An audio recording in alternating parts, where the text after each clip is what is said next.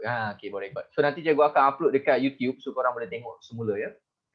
Okey, jadi dia mengisahkan tentang pemerintahan Jayavarman II. Jayavarman II ni antara tokoh juga dekat Angkor, kerajaan Angkor ni. Dan tak silap cikgu, Jayavarman yang paling terkenal Jayavarman yang ketiga yang paling terkenal. Okey, jadi ada juga inskripsi pada dinding candi. Apa yang dimaksudkan inskripsi ni? Inskripsi tu macam lukisan, okey, tapi lukisan yang lebih detail lah. Lukisan yang menceritakan tentang contoh lukisan tu dia lukis mereka melakukan ritual. Okey, so dia lukis. Lukisan zaman dulu bukan macam lukisan zaman sekarang ni. Kan? Tak sama macam dulu sekarang ni, lain lah. Okay, dia menggambarkan aspek keagamaan dan juga pemerintahan dalam kerajaan Angkor. Okay, nah itulah dalam kerajaan Angkor lah. Okay, kita tengok pula kerajaan Majapahit. Antara batu bersurat yang dijumpai ialah Trowulan pada tahun 1358 Masihi.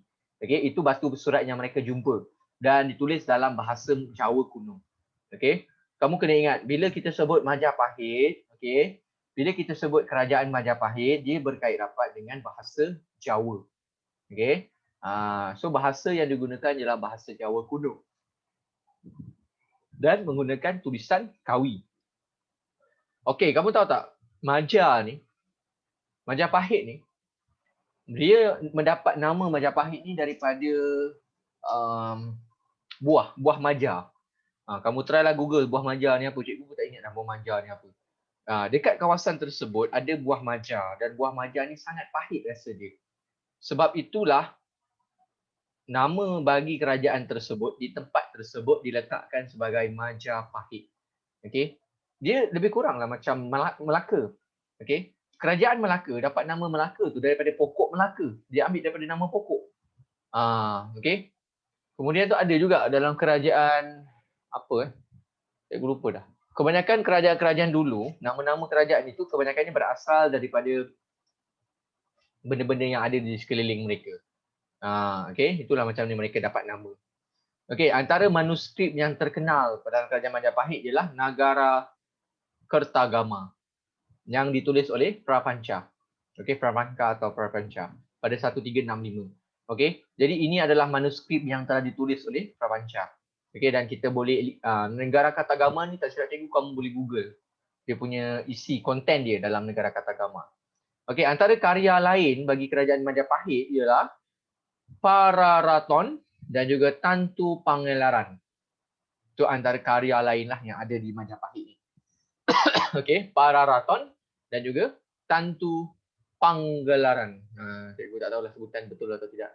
Okey, kita tengok kerajaan Kedah Tua pula. Kerajaan Kedah Tua dijumpai batu bersurat di Bukit Coras dan juga di Bukit Meriam. Okey, Kedah Tua ni dekat Alam Melayu di kawasan Kedah.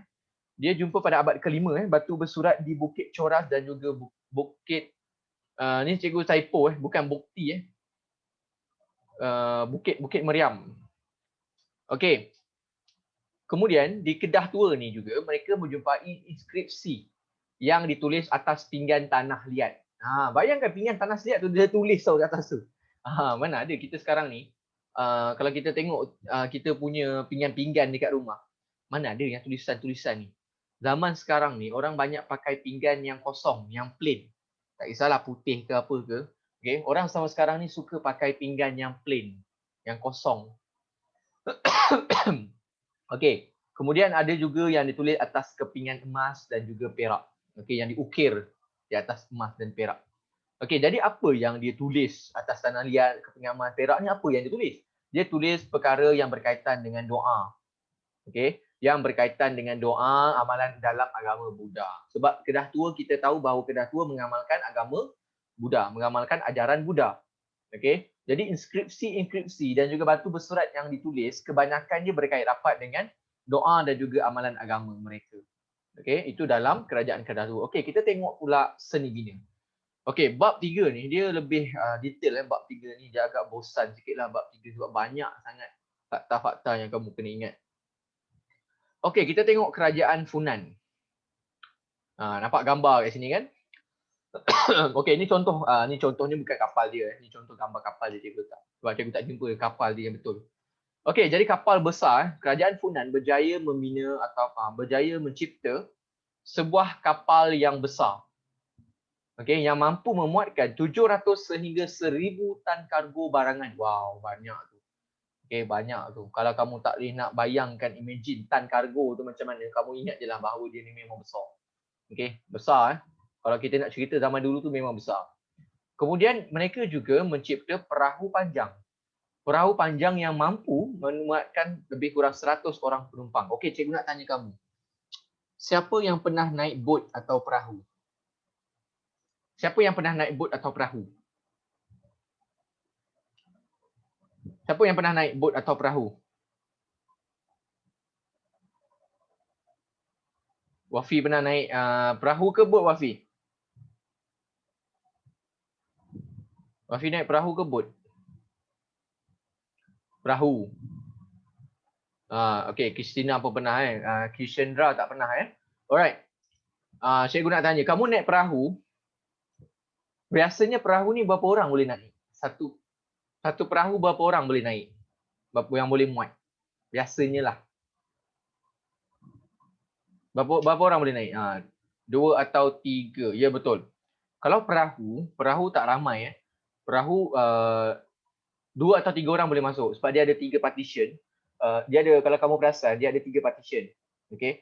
Partition belakang sekali dekat dengan enjin. Itu yang kalau perahu tu kadang-kadang ada yang boleh letak enjin kat belakang. Motor bot tu. Tapi ada juga yang tak ada. Tapi dia ada 3 biasanya. Dekat belakang, tengah, depan. Boleh duduk 3 orang. Tapi kadang-kadang 4 orang pun boleh sebab tengah tu biasanya luas. So tengah tu 2 orang boleh duduk, 3 orang pun boleh duduk. So maksimum 5 orang lah boleh duduk satu sampan. Tapi jangan ramai-ramai. Kalau 5 orang tu, kalau kecil-kecil tak apa. Tapi janganlah yang besar-besar masuk 5 orang. 5 yang besar-besar masuk, jawab dia jadi Titanic Tenggelamlah perahu tu. Tak boleh dia tak mampu tampung. Dia jadi Titanic nanti. Kalau badan besar-besar masuk 5 orang, dia jadi Titanic. Dia tahu tak ada Titanic macam mana? Bayangkan ni perahu. Okey. Bayangkan ni perahu kan. 5 orang naik tau. Dia akan macam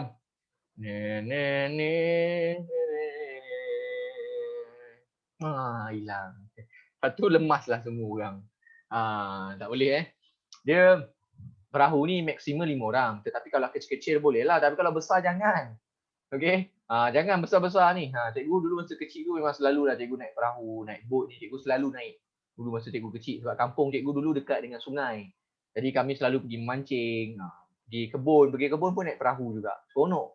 Okey, tapi takut. Okey.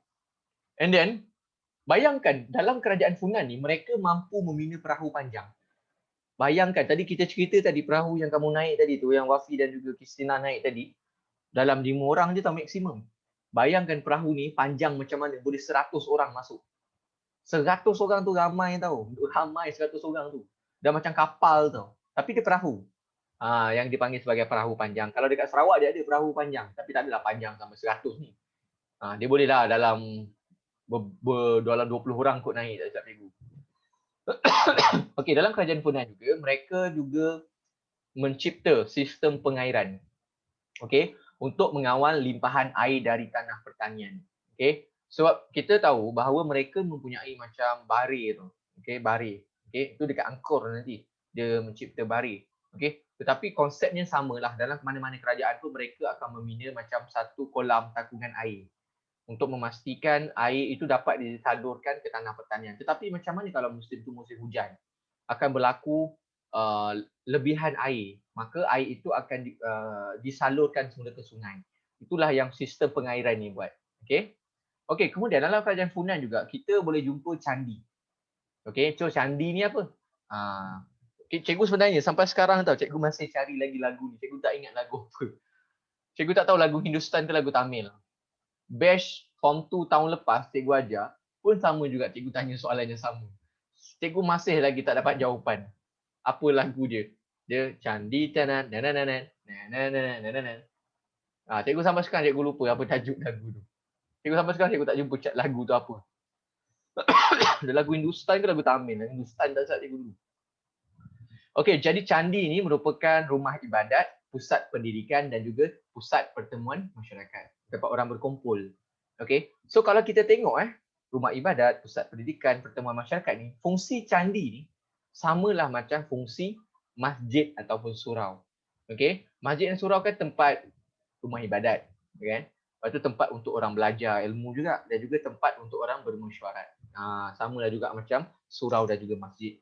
Okey, jadi antara candi yang terkenal dalam kerajaan Funan, candi yang terkenal ialah Candi Go Chai Ti di Okyo. Okey, Candi Go Chai Ti di Okyo. Okey, kita tengok pula kerajaan Angkor. Kerajaan Angkor membina Bari. Okey, kamu ni nampak dalam gambar ni Okey, ni Bari dia, ni pun Bari juga. Okey, dia membina beberapa Bari. Okey. Ini kat sini pun ada Bari juga. Kalau kamu perasan, dia ada bina Bari panjang sini. Okey, dia ada banyak Bari Jadi Bari ni keluasan dia lebih kurang 2 kali 8 kilometer. Okey, dia punya persegi dia. Tetapi yang ni kamu tak payah pening fikirlah, tak termasuk dalam exam pun. Cikgu jamin lah soalan tak akan keluar. Okey, dia mampu menampung air sebanyak 30 juta meter padu air. Wow, banyak tu Okey. Dan air-air daripada kawasan ini akan disalurkan ke sawah padi. Supaya sawah padi apabila musim panas, dia ada air simpanan. Dia boleh salurkan air. Jadi kalau zaman dulu, kalau musim kemarau, mereka tak boleh tanam sebab pokok akan mati. Tapi disebabkan adanya Bari ni, kemarau ke, hujan ke, mereka tak kisah. Sebab mereka sentiasa ada air yang mencukupi. Okey. Dan dalam kerajaan Angkor ni, candi yang paling terkenal ialah Candi Angkor Wat dan juga Candi Angkor Thom. Angkor bukan uncle, bukan Uncle Wat dengan Uncle Tom, bukan. Tapi kalau kamu nak senang ingat boleh je. Candi yang terkenal Uncle Wat, Uncle Tom. Boleh juga. Kalau kamu nak mudah ingat lah. Okay. Dia ada Angkor Wat dan juga Angkor Thom. Angkor Wat ni antara yang terkenal lah dalam kerajaan Angkor. Okay. Dia antara candi yang paling terkenal. Candi ni yang terkenal ada dua tau. Candi Angkor Wat, lagi satu Candi Borobudur. Ada dua candi yang terkenal pada zaman tersebut, zaman dulu lah. Okay. Jadi dibina sewaktu pemerintahan Raja Suryavarman II.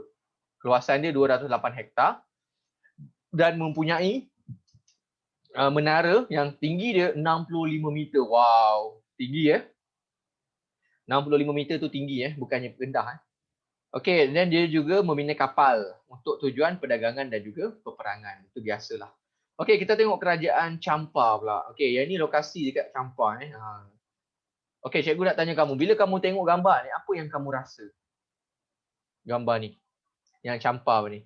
Bila kamu tengok, apa perasaan kamu?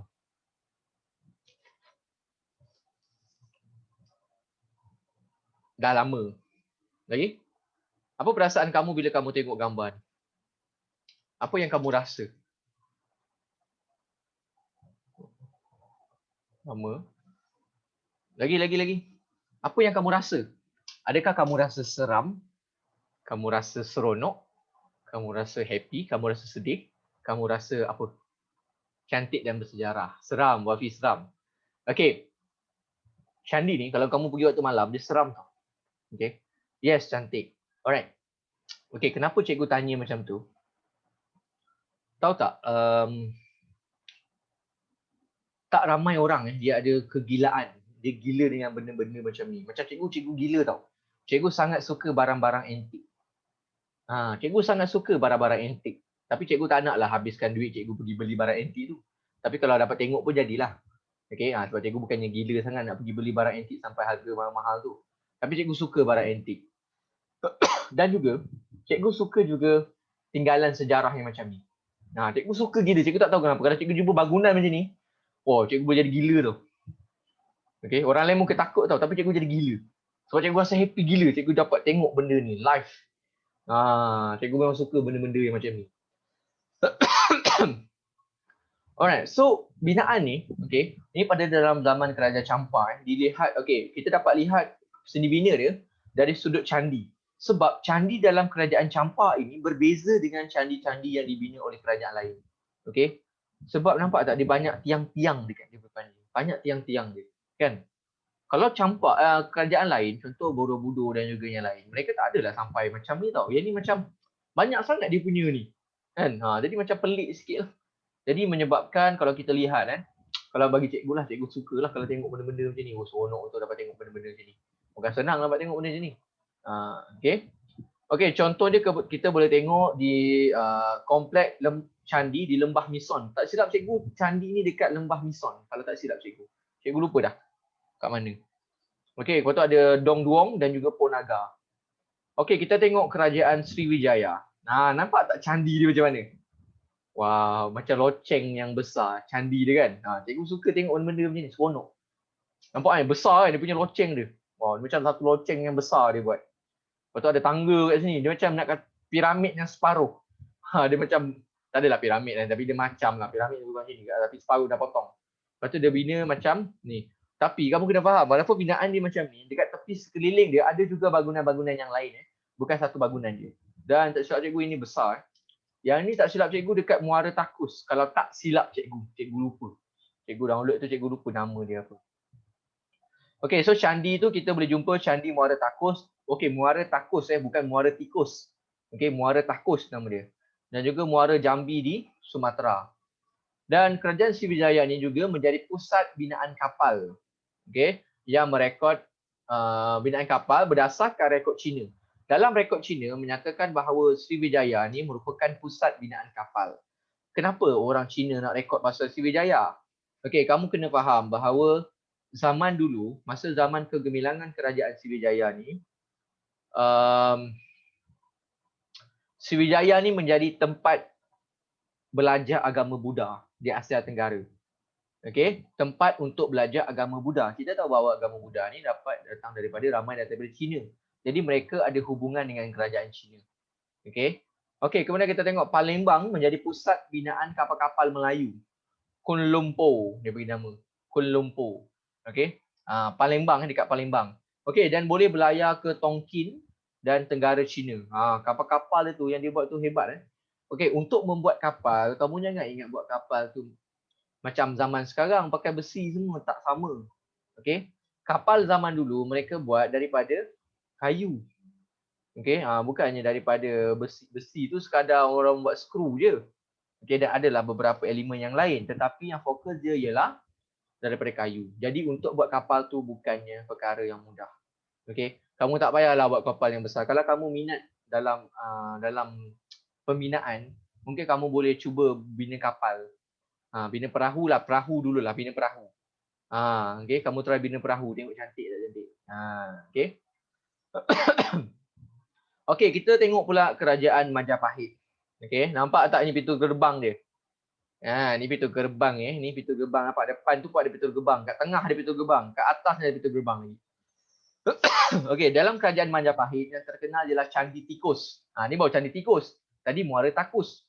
Ni Candi Tikus di Jawa Timur. Kemudian ada juga Candi Cetor di Jawa Tengah. Okey, dan mereka juga membina pintu gerbang. Inilah pintu-pintu gerbang yang mereka bina. Dia ada banyak lagi pintu gerbang sekeliling kota ni. Okey. Nama pintu gerbang tu ialah Gapura. Bayangkan pintu gerbang pun ada nama tau. Gapura Ringin Lawang yang bermaksud laluan raja. Dan juga Gapura Bajang Ratu bermaksud pintu masuk ke dalam sebuah bangunan suci di Jawa Timur.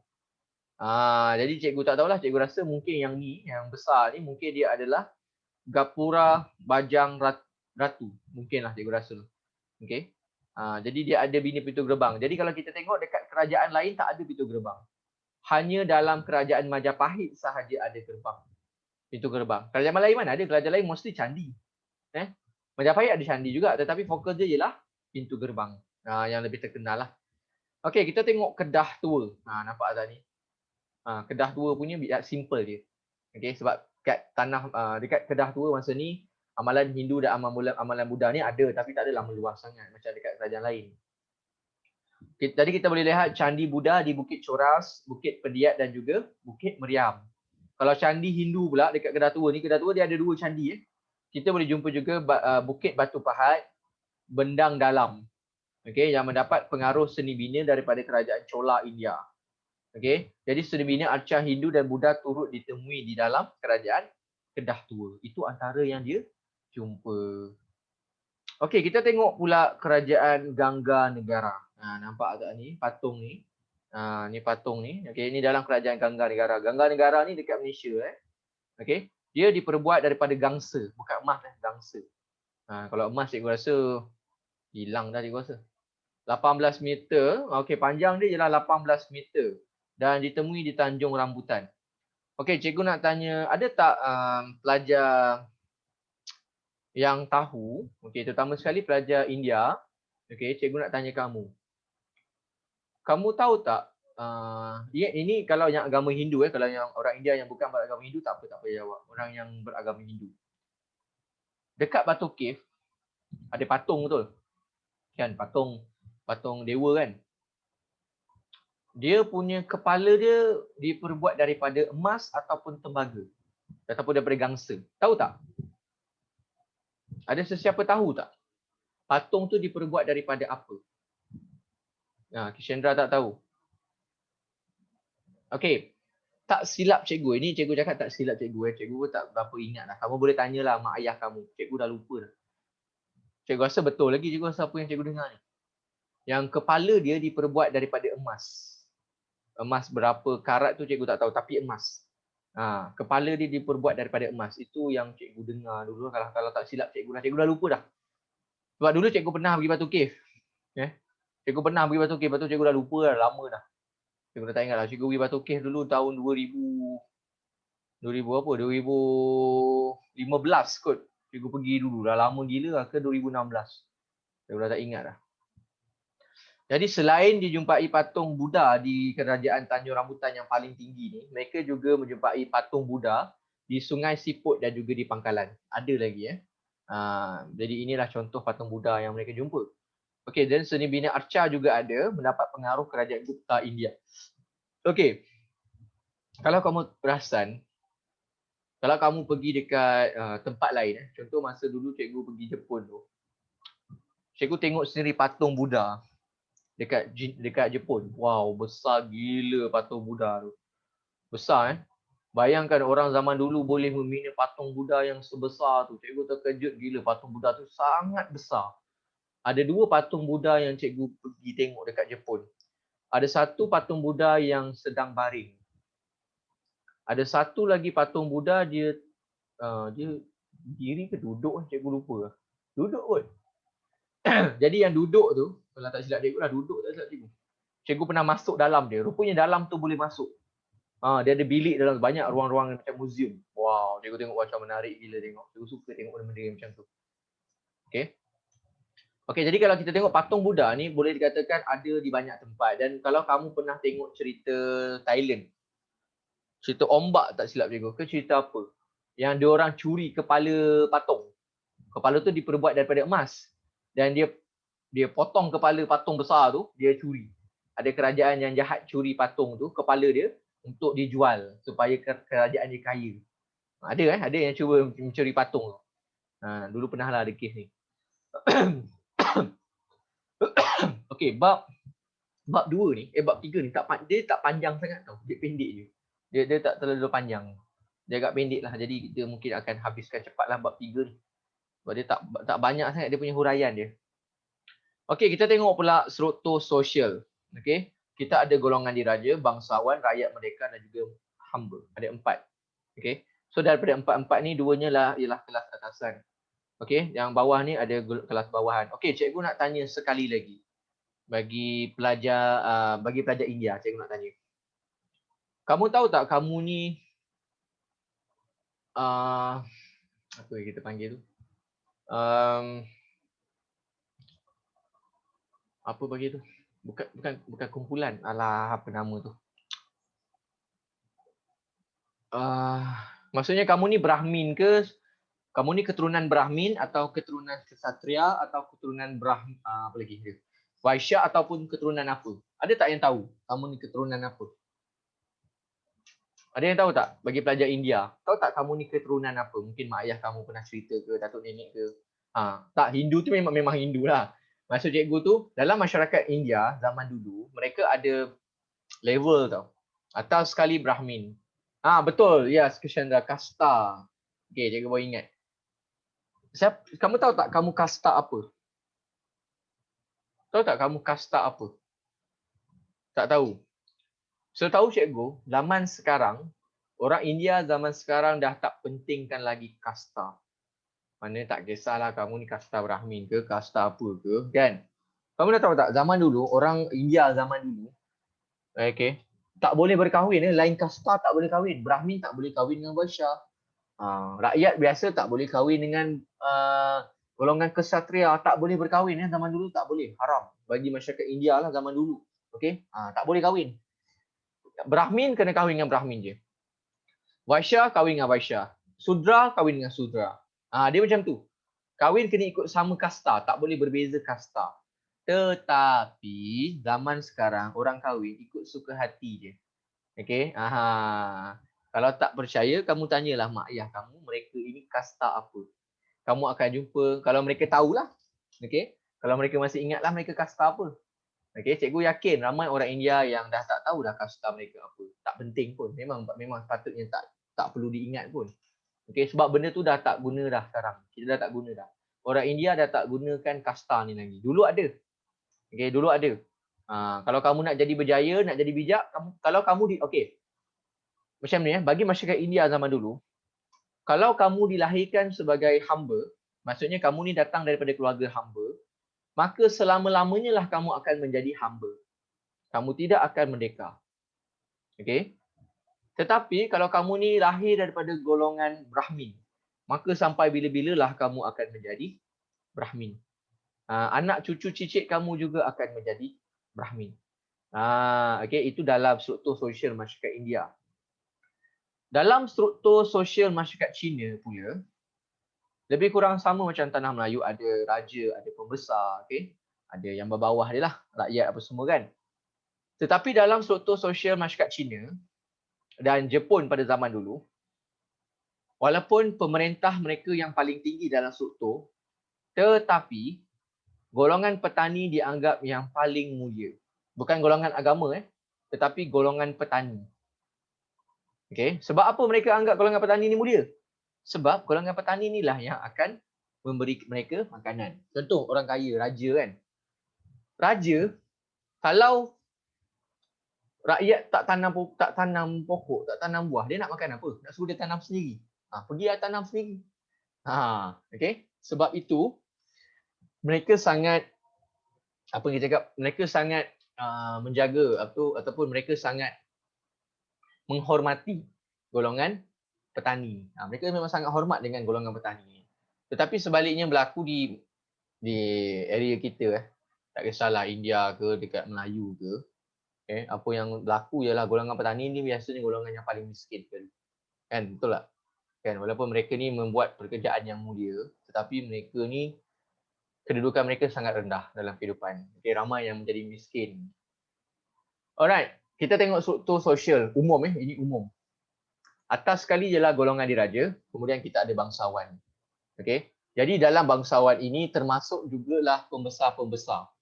Okey, pembesar-pembesar seperti Perdana Menteri, Temenggung, Laksmana, Bendahara, Penghulu Bendahari, itu semua menjadi bangsawan.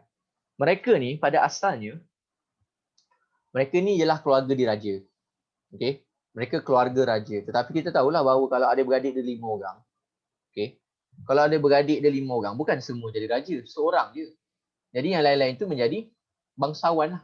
Bermaksud dia ni akan dilantik menjadi Temenggung lah, Bendahara lah. Okay. Alright. Kita tengok pula rakyat merdeka dan juga hamba.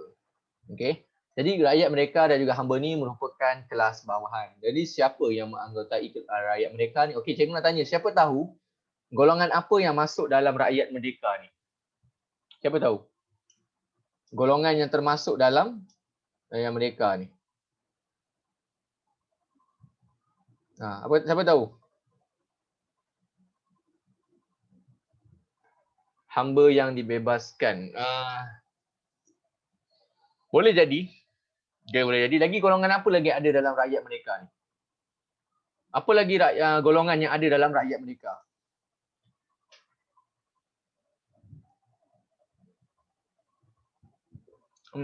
Yang lain cuba jawab. Aktif sikit. Kelas form 1 tadi, bising tau. Cikgu tanya soalan semua jawab. Penuh komen. Cepat yang lain jawab. Okey, rakyat biasa betul. Betul Puan.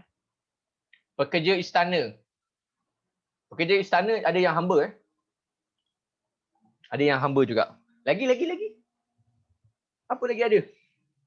Petani. Betul Kristina. Betul, petani pun ada termasuk lagi.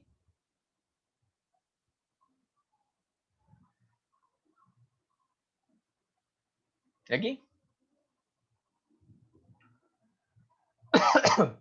banyak lagi golongan yang termasuk. Penternak, pedagang, betul Kristina. Okey. Peternak, pedagang semua tu termasuk dalam rakyat merdeka. Jadi rakyat merdeka ni sebenarnya banyak Okey. Betul, artisan pun sama. Bagus. Nelayan pun sama. Okey. Jadi itu semua samalah. Okey. Pembesar termasuk dalam bangsawan. Okey. Pembesar termasuk dalam bangsawan. Rakyat mereka ni adalah orang-orang yang bekerja. Okey, artisan, pedagang, petani, nelayan, peternak, orang kampung, orang biasa. Jadi semua itu rakyat mereka. Kalau hamba ni pula, macam biasalah hamba ni, kan?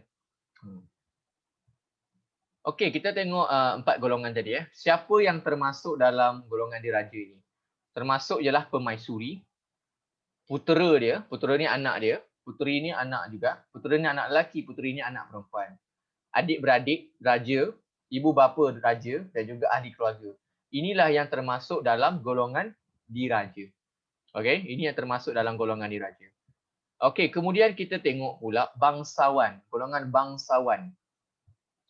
Okey, golongan bangsawan ini terdiri daripada pembesar, ilmuwan ni bermaksud orang yang mempunyai banyak ilmu lah. Okey. Dan kamu kena faham bahawa zaman dulu ilmuwan ini selalu dikaitkan dengan agama. Okey, bukannya contoh macam sekarang ni kan kita ada ilmuwan sains. Mana ada lagi zaman dulu. Zaman tu mana ada sains lagi dekat ni. Orang tak belajar lagi sains ni. Memang dah ada, sains tu dah ada. Okey. Contoh zaman-zaman dulu punya tokoh-tokoh saintis-saintis dulu dah haji dah. Tetapi rakyat biasa tak tahu pun tentang ilmu-ilmu tu. Okey. Jadi ilmuwan ni bermaksud orang yang pakar tentang agama. Okey. Termasuk jugalah golongan agama. Okey. Dan kamu tahu tak, untuk menjadi seorang ilmuwan zaman dulu senang je. Kamu boleh membaca, kamu boleh menulis, kamu dah dikira ilmuwan. Sebab zaman dulu tak ramai yang boleh membaca. Okey, bukannya macam kamu pergi sekolah. So kalau bayangkan kalau kamu pergi ke zaman dulu. Okey.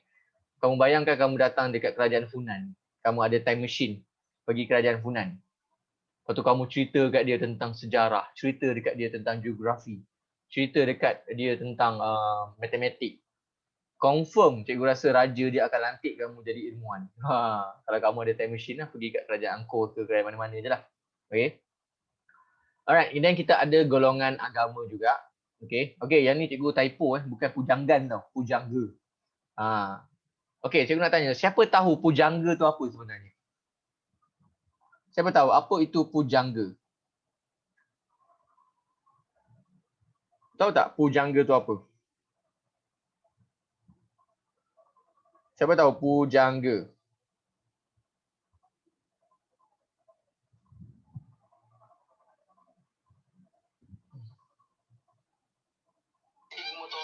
Siapa tahu pujangga tu apa? Penyair. Okey, boleh. Yang lain? Pengarang sajak. Boleh. Ada satu lagi yang tak ada orang jawab ni. Itu yang paling tepat sekali. Penyair tu betul juga. Dan sajak tu betul juga. Ada satu lagi. Satu lagi yang paling tepat sekali. Apa dia? Dia ada satu lagi yang paling tepat. Pengarang sajak dah. Lagi. Rina dah jawab pengarang sajak. Apa lagi ada?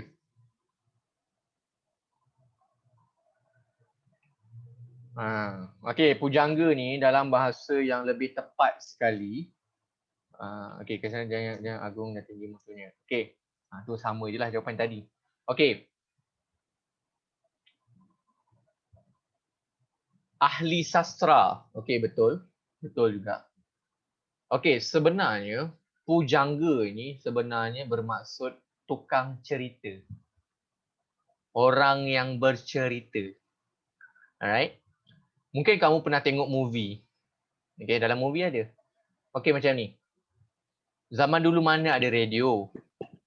Okey. Kalau ada buku sekalipun, orang biasa manalah boleh baca buku.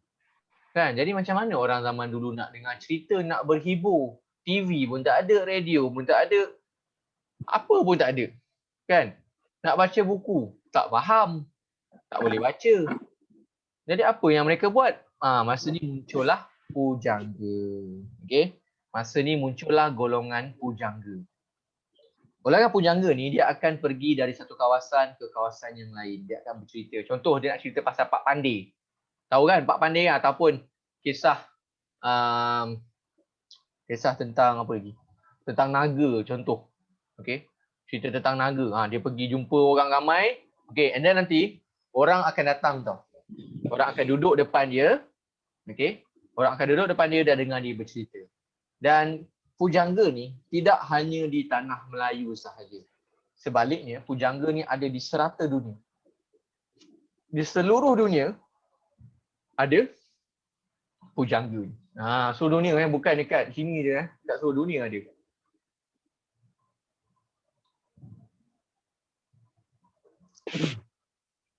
Okey.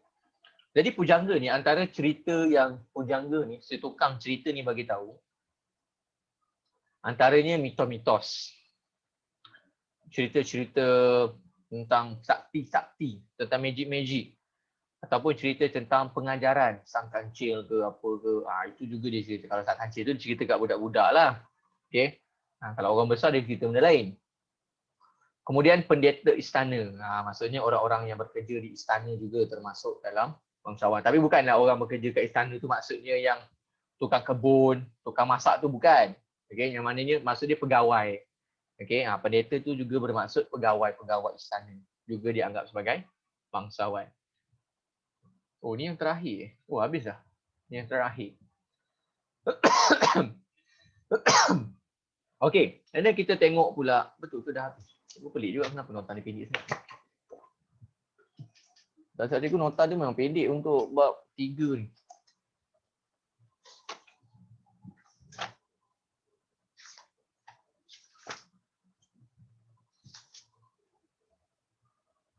Sekejap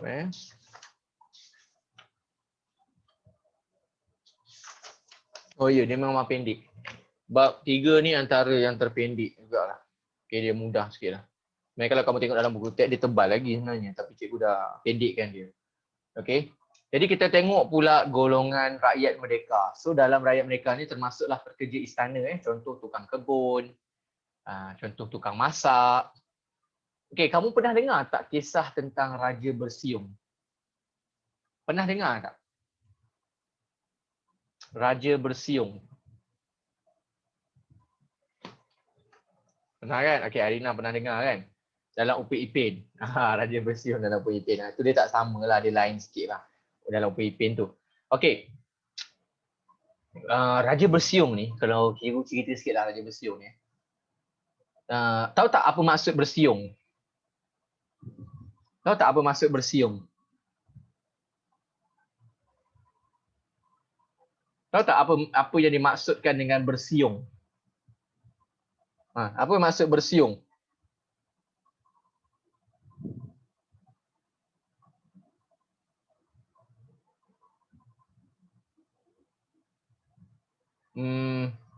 Ya betul. Okey, bersiung ni dia ada gigi taring tajam sampai keluar. Macam hantu tu yang gigi sampai keluar tu. Oh, cikgu lag Sekarang okey tak? Sekarang suara cikgu clear tak?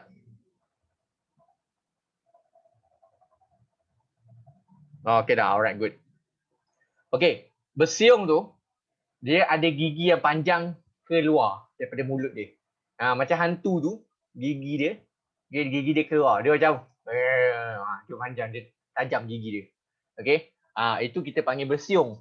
Okey, dalam cerita orang-orang Melayu zaman dulu, macam mana raja tu boleh bersiung?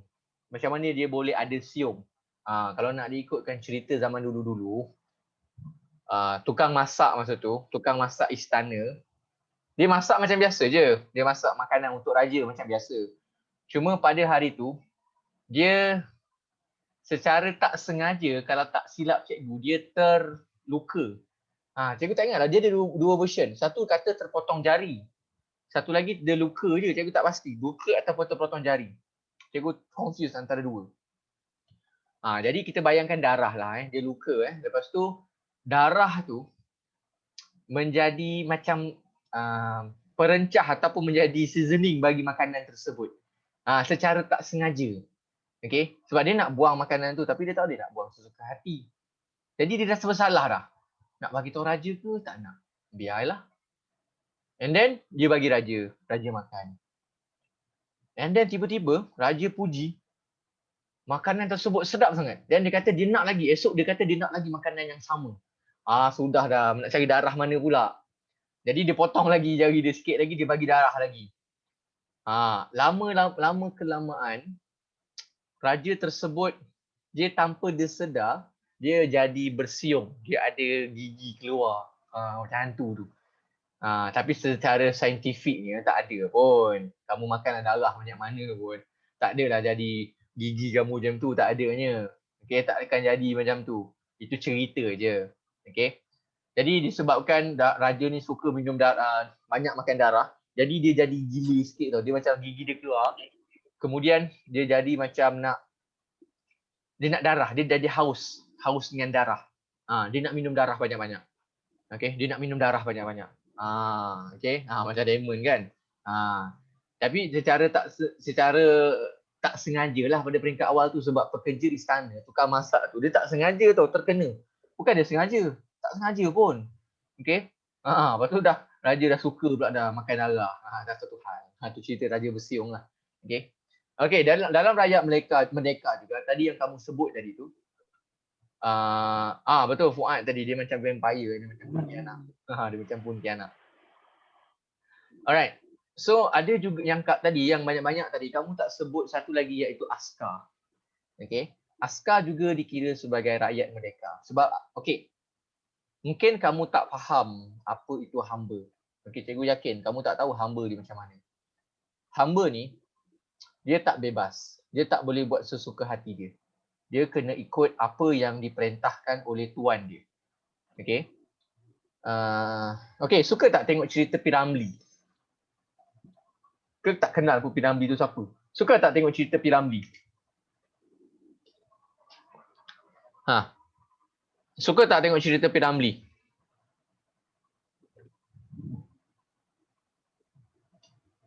Kenal. Okay. Dalam cerita P. Ramlee ada satu cerita yang berkaitan dengan hamba ni yang kamu boleh tengok. Okay. So kamu yang ni kamu try lah tengok cerita P. Ramlee. Okay, banyak cerita-cerita dia yang best. Okay. Dalam cerita P. Ramlee, kamu tengok satu filem ni. Filem Tiga Abdul. Okay, filem Tiga Abdul. Dia kisah dia tentang 3 orang adik-beradik yang berebut harta. Okay. So kalau kamu tengok dalam cerita Tiga Abdul tu, abang dia yang pertama dan kedua telah dijual dan menjadi hamba. Okay, abang dia jadi hamba tu. Bila dia jadi hamba, dia kena ikut apa yang diperintahkan oleh tuan dia. Kalau tuan dia suruh urut, urut. Kau penat ke, kau sakit ke, kau kena urut juga. Itu hamba. Dia tak bebas. Okay. Okay, hamba ni tak sama macam orang gaji tu. Tak sama. Okay, tak sama. Orang gaji kalau orang gaji ni dibayar tau. Hamba ni tak dibayar. Okay. Hamba ni tak dibayar. Orang gaji dibayar. Contohlah kalau kamu ada orang gaji kat rumah kan. Apa tu, kamu minta dia buat kerja apa. Tak kisah, boleh. Itu kita anggap sebagai, sebab itu ialah orang gaji kan. Maksudnya orang yang kita bayar gaji dia untuk buat kerja rumah lah. Okay, tak kisahlah buat kerja apa pun. Tapi biarlah kerja tu munasabah. Janganlah kamu bagi dia kerja-kerja yang tak munasabah pula dah. Contohlah kamu ada orang gaji, perempuan, tua. Lepas tu kamu pergi suruh dia repair laptop kamu atau repair TV. Memang taklah dia tahu nak repair laptop, repair TV. So biarlah benda tu biar berpatutan sikit. Janganlah mengarut sangat. Okay. Sebab kamu kena ingat dia orang gaji, dia bukannya hamba. Jadi kamu kena bezakan orang gaji dan hamba. Orang gaji ni kamu bayar gaji. Okay. Dan kerja-kerja yang dia buat bukannya semua benda dia kena buat. Okay. Contoh nak tolong urut ke apa tu, itu bukan kerja dia. Okey, orang gaji ni kerja dia buat dalam rumah je. Basuh pinggan, mop lantai, sapu habuk, okey, masak. Itu je kerja orang gaji ni, bukannya kerja dia nak urut kamu lah, nak apa tu? Nak mandikan kamu lah, itu bukan kerja dia. Kecuali lah kalau anak kecil boleh lah nak mandikan. Okey, dia bukannya hamba. Hamba ni dia tak bebas. Okey.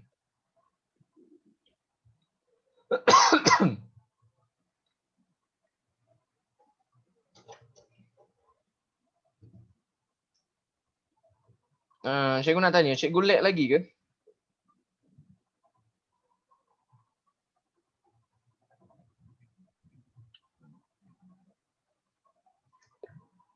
Okey, tadi je kan.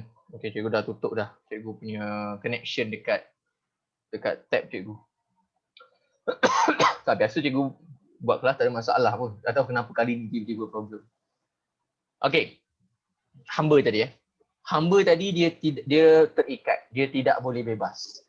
Okey. Dia kena pakai apa yang tuan dia suruh. Dia kena makan apa yang tuan dia suruh. Dan dia kena buat apa yang tuan dia suruh. Kalau orang gaji, kamu nak pakai baju apa suka hati kamu lah. Okey, kecuali lah kalau pakaian kamu tu tak kena. Kan? Contohlah, jadi orang gaji, lepas tu nak pakai dress, nak pakai gown. Memang tak kena lah. Okey? Memang tak boleh lah. Gila apa nak buat kerja pakai gown. Kan? Tapi, maksud cikgu ni pakai yang biasa lah. Kalau macam kita tengok hamba ni, tak bebas. Contoh kalau tuan dia suruh pakai seluar pendek je. Seluar pendek je tak pakai. Tak boleh pakai baju. Okey? Dan hamba ni bukan sahaja lelaki ya. Hamba perempuan pun ada. Okey. Dan hamba ni dekat seluruh dunia ada hamba ni. Zaman dulu, zaman sekarang dah tak ada lagi hamba ni. Okey. Jadi hamba ni kamu kena buat apa yang disuruh. Okey, dan hamba ni setahu cikgu, dia tak boleh tidur dalam rumah sekali dengan tuan dia. Hamba ni biasanya tidur dekat luar. Sama ada tidur dekat luar rumah atau tidur dekat bilik yang dah disediakan ataupun di kandang lembu atau kandang kuda pun ada juga. Ikutlah dia nak bagi tidur kat mana. Okey. Kalau dia ajak tidur sama-sama boleh, tak ada masalah sebab itu adalah hamba. Contohlah hamba dia perempuan kan, dia lelaki, dia nak ajak hamba dia tidur sama-sama, boleh, tak ada masalah. Okey. Sebab kamu kena ingat hamba tak boleh melawan. Hamba tak ada hak untuk melawan. Kalau tuan dia ajak dia tidur sama-sama, boleh, tak ada masalah. Walaupun dia perempuan, tuan dia lelaki, kena. Ataupun hamba ni lelaki, tuan dia perempuan, kena ikut. Kalau dia suruh, kena buat. Okay, ni zaman dulu lah, zaman sekarang dah tak ada lagi. Okay. Dan hamba ni biasanya zaman dulu mereka ambil untuk kerja-kerja, untuk buat kerja. Okay. Biasanya hamba ni guna dia untuk buat kerja lah. Tetapi kalau orang lelaki zaman dulu yang kaya raya ni, tak kisahlah dalam tamadun mana pun, hamba perempuan ni biasanya yang cantik-cantik ni, dia buat jadi dia jadi pelayan dia dekat rumah. Okay. Maknanya untuk tidur dengan dia, untuk mandi dengan dia, untuk suap dia makan, itulah tugas hamba perempuan yang muda-muda. Yang tua-tua buat apa? Duduk dapur masak. Itulah tugas hamba perempuan yang tua, duduk dekat dapur masak. Hasan, macam cikgu cakap tadi lah Hasan, boleh tak ada masalah? Boleh tak ada masalah? Boleh je. Okay, kalau hamba tu perempuan dan tuan dia lelaki, mereka nak tidur sama-sama, tuan dia ajak, tak ada masalah. Boleh. Okay, itu zaman dulu punya cerita. Okay, itu zaman dulu, zaman sekarang tak boleh lah. Okay, ini zaman dulu. Itu perkara biasa. Okay, sebab kalau kita tengok dari tak boleh, dia tak boleh lawan. Okay, hamba tak boleh melawan. Okay, kalau hamba melawan apa yang diinginkan oleh tuan dia, hamba itu boleh dibunuh. Okay, hamba itu akan dibunuh. Okay, ingat senang-senang nak lari. Dia bunuh je kamu kalau kamu lawan je kat dia. Okay. Jadi kalau kita tengok hamba, okay. Kalau kamu pernah tengok beberapa movie hamba-hamba yang ada di Eropah terutama sekali, lebih-lebih hamba perempuan lah. Kebanyakan hamba perempuan tidak berbaju pun. Ni zaman dulu lah, zaman dulu dekat Eropah. Hamba perempuan tidak berbaju pun dekat rumah mereka. Okay, itu perkara biasa dari sudut perhambaan. Tetapi kita setahu cikgu lah, kalau dekat alam Melayu ni, tak adalah sampai tahap macam tu. Okay, kita tidak sampai ke tahap tu. Kita hamba ni biasanya diambil, biasa-biasa orang-orang ambil hamba ni untuk bekerja sebagai petani. Okey, untuk menguruskan rumah.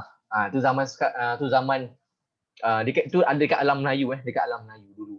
Okey, dia tak adalah hamba macam pergi pergi buat benda-benda pelik ni, tak adalah. Setahu cikgu tak ada sangat. Mungkin ada, okey, tak mustahil pun ada.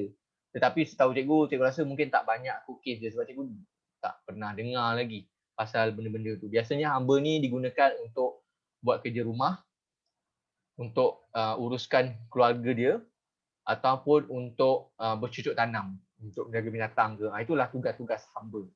Okey, hamba tak boleh melawan. Dia kena ikut je. Hamba setahu cikgu, dia kalau nak berkahwin, dia perlu berkahwin mendapat keizinan tuan dia. Tapi kalau kena ingat, kalau nak kahwin juga, kena kahwin maksudnya dalam hamba yang sama. Maksudnya mungkin dalam keluarga, contohlah, maksud cikgu tuan yang sama. Contohlah hamba lelaki, hamba perempuan, dia ada tuan dia kan. Okey, so dalam hamba yang sama boleh, tak ada masalah. Tetapi kalau tuan yang berbeza, dia akan ada masalah. Sebab kita kena ingat, hamba tak bebas. Okey, hamba tak bebas. Hamba dia bukannya macam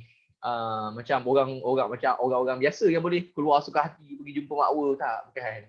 Okey, so nak senang kahwinlah dalam ni. Tapi setahu cikgu lah, cikgu tak pernah dengar lagi hamba berkahwin. Setahu cikgu lah. Tapi ada, memang ada. Okey, macam cikgu cakap tadi lah, benda tu memang ada, tapi cikgu tak pernah dengar lagi. Tapi ada, cikgu tahu memang ada hamba yang berkahwin. Mungkin tuan dia baik kot, tuan dia bagilah dia kahwin. Kahwin lah, kesian kau tak pernah kahwin dah, nak tua dah, kahwin je lah. Ada memang ada. Okay, alright. So cikgu stop dekat sini dulu. Okay, cikgu stop dekat sini dulu. So nanti kita akan sambung sikit lagi ni, lepas tu kita akan masuk bab 4. Sebab kat sini dah tak banyak lah sebenarnya.